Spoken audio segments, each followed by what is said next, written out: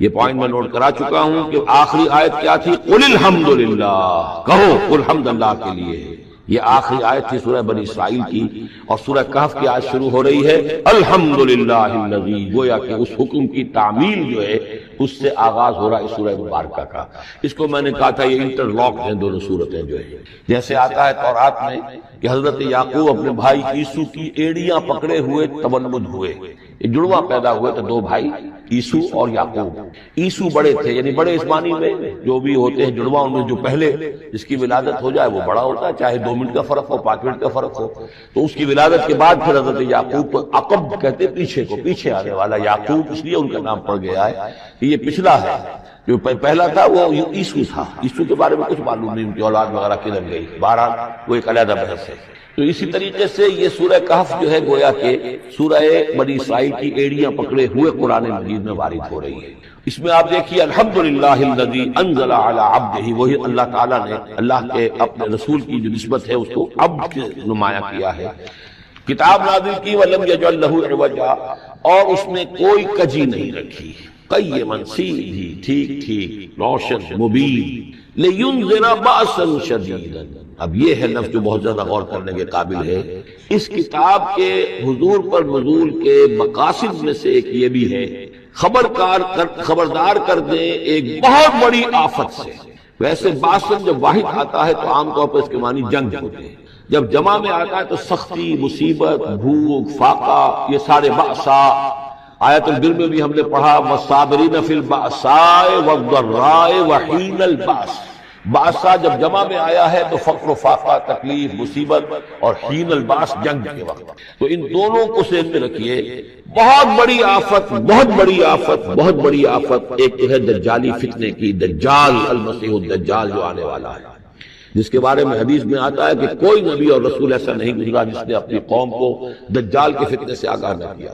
اور پوری انسانی تاریخ میں دجال کے فتنے سے بڑا کوئی فتنہ نہیں، اور وہ ہر بندہ مومن کے امتحان کے لیے کڑا ترین جو ہے مرحلہ آ جائے گا، سخت ترین امتحان اس کا لیا جائے گا. تو یہ جو سختی ہے اس کی خبر دیتے ہوئے یہ سورہ مبارکہ نازل ہو رہی ہے. اور خاص طور پر اسے باسن اگر جنگ کے معنی میں لیں تو الملحمۃ العظمیٰ، کتاب الملاحم جو کہ آپ دیکھیں گے احادیث کی کتابوں میں پورا باب ہے کتاب الملاحم، اور اس کا تعلق بھی دجال کے ساتھ ہے کیونکہ پھر دجال ہی کو قتل کریں گے حضرت مسیح علیہ السلام نازل ہو کر.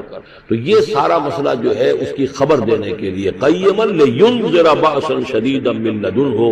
گویا کہ یہ جو احادیث کی کتابوں میں آپ کو حدیث کے یہ باب ملتے ہیں، چاہے وہ کتاب الفتن ہو اور چاہے وہ کتاب جو ہے آثار قیامہ ہے، اس طرح کے جتنے بھی ہیں، اور کتاب الملاحم ہے، یہ گویا کہ اس کی شرح ہے لینذر بأسا شدیدا من لدنہ.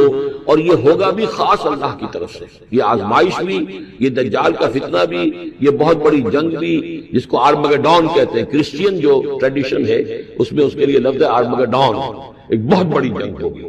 ڈکشنری میں بھی آپ دیکھیں گے کہ خیر اور شر کی قوتوں کے درمیان اس دنیا کے خاتمے سے پہلے ایک بہت بڑی جنگ ہو رہی ہے جس کا نام آرمگڈون. لینذر بأسا شدیدا من لدنہ ویبشر المؤمنین الذین یعملون الصالحات، اور تاکہ بشارت دیں وہ ان اہل ایمان کو جو نیک عمل کرتے ہوں، ان لہم اجرا حسنا، کہ ان کے لیے ہوگا بہت اچھا بدلہ، ماکثین فیہ ابدا، اور وہ اس میں رہیں گے ہمیشہ ہمیشہ. یہ جو دجالی فتنہ ہے اس کے ساتھ ایک خاص مناسبت ہے سورہ مبارکہ کی. احادیث میں آتا ہے کہ دجالی فتنے کے اثرات سے بچنے کے لیے اس سورہ مبارکہ سے ذہنی اور قلبی رشتہ مفید ہے. اس کی تلاوت کرتے رہنا، خاص طور پر جمعے کے روز پوری سورہ کہف، ورنہ یہ کہ کم سے کم اس کی ابتدائی اور آخری آیات ان کی بڑی اہمیت ہے. دجالی فتنہ اصل میں کیا ہے سمجھ لیجئے کہ ایک تو ہے دجالی فتنہ بالعموم، دجل کہتے ہیں فریب کو. جیسے کہ کوئی نبی نہیں ہے، وہ اس نے فریبی لبادہ اوڑھ لیا، نبوت کا دعویٰ کر رہا ہے، وہ دجال ہے. تو اس طرح کی تو حضور نے فرمایا ہے کہ 30 دجال پیدا ہوں گے. انہی میں سے ایک ہمارے زمانے کے اندر جو ہے یہ غلام احمد قادیانی بھی تھا، وہ دجال تھا جس نے کہ اعلان کیا کہ میں نبی ہوں جبکہ وہ نبی نہیں تھا. تو فریبی بنا ہوا جس نے کہ ملمہ اپنے اوپر چڑھایا ہوا ہے. اسی طریقے سے دجالی فتنہ یہ جو ہے اس پوری دنیا میں اس وقت جو فتنہ ہے وہ یہ ہے کہ مادہ پرستی کا اتنا غلبہ ہو چکا ہے ذہنوں کے اوپر، افکار کے اوپر، لوگوں کے نظریات کے اوپر، لوگوں کے اخلاق کے اوپر، لوگوں کے اقدار جو ہیں، ویلیوز جو ہیں اس کے اوپر، کہ وہ آخرت کو بالکل بھول گئے، اللہ کو بھول گئے، اسباب کے اندر گم ہے، مسبب الاسباب سے ظہور ہو گیا، دنیا ہی دنیا ہے، آخرت کو بھولے ہوئے ہیں، مادہ ہی مادہ ہے، روح سے کوئی سروکار ہی نہیں۔ یہ ہے بالعموم جس کا نام دجالی فتنہ ہے کہ حقیقت کے اوپر پردہ پڑا ہوا ہے، آخرت پر دنیا کا پردہ پڑا ہوا ہے۔ یہ دنیا جو ہے در حقیقت کیا ہے؟ وَمَا الْحَيَاةُ الدُّنْيَا إِلَّا مَتَاعُ الْغُرُورِ، یہ دھوکے کا سامان ہے۔ اصل زندگی کو اس میں ڈھانپا ہوا ہے، ہم نے یہ سمجھ لیا کہ زندگی یہی ہے، اسی کے لیے بھاگ دوڑ محنت صبح و شام، اسی کے مستقبل کی فکر ہے، لیکن اصل زندگی اس کی کوئی فکر ہی نہیں ہے۔ باقی ایک دجال جو ہے جو آئے گا وہ معاملہ احادیث کے اندر بھی بڑی طوالت کے ساتھ ہے، اور اس میں کافی پیچیدگیاں بھی ہیں، بعض چیزیں جو ہیں ایک دوسرے سے کچھ مختلف بھی ہیں، اس میں پھر اہل علم کو بہرحال مطابقت پیدا کرنی پڑتی ہے۔ میں نے جہاں تک اپنی کوشش کی ایک رائے تک میں پہنچا ہوں، لیکن ابھی میں اسے بیان نہیں کر رہا ہوں۔ بہرحال دجالی فتنے کی خبریں موجود ہیں بہت شدت کے ساتھ، اور اس صورت کا پڑھنا جو ہے اس میں بہت مفید ہے۔ اس صورت کے مضامین کا دجالی فتنہ بالعموم سے کیا تعلق ہے وہ تو اس ہم دورہ ترجمہ دوران کے اس کے دوران بھی آپ کو معلوم ہو جائے گا، لیکن اس کے جو خاص بڑے مباحث ہیں، خاص طور پر یہ کہ ایک ہمارے بہت بڑے عالم گزرے ہندوستان میں اس صدی کے آغاز میں، مولانا مناظر حسن گیلانی، انہوں نے اس میں باقاعدہ کتاب لکھی ہے، آپ کو مل جائے گی بازار میں بھی، اصحاب کہف کے جو کا معاملہ سورہ کہف کے مباحث ہیں ان کے۔ میں نے اس کو اپنی ایک تقریر کے اندر کسی خطاب جمعہ میں سورہ کہف کے مضامین کا خلاصہ بیان کیا تھا، جس کا عنوان ہے دنیا کی حقیقت۔ ظاہر بات ہے تفاصیل زیادہ جو ہے وہ میرے لیے ممکن نہیں ہے کہ اس دورہ ترجمہ کے دوران بیان کر سکیں۔ وَيُنذِرَ الَّذِينَ قَالُوا اتَّخَذَ اللَّهُ وَلَدًا، اور خبردار کر دے ان لوگوں کو جنہوں نے کہا کہ اللہ نے بیٹا بنایا۔ یہ ساری دجالیت جو ہے اس کی جڑ کیا ہے؟ مسیحیت، جو موجودہ مسیحیت ہے، جو حقیقت میں مسیحیت نہیں ہے، پالزم، جس کی بنیاد تثلیث پر ہے کہ اللہ کا بیٹا بنا دیا حضرت مسیح علیہ السلام کو، اور انہیں کفارہ بنا دیا تمام جو بھی مان لے ان کو ان کے گناہوں کا، پیش کی معافی ہے ان کے گناہوں کی جو حضرت مسیح پر ایمان لے آیا، اور نمبر 3 شریعت ساخت کر دی، اور نمبر 4 سارا اختیار جو ہے وہ پوپ کے ہاتھ میں دے دیا گیا کہ تم جو چاہو جس چیز کو چاہو حلال کرو، جس چیز کو چاہو حرام کر دو۔ ان چیزوں نے مل کر نفس مذہب کو اس قدر قابل نفرت سے بنا دیا کہ یورپ کے عوام کے اندر مذہب کے خلاف شدید نفرت پیدا ہو گئی۔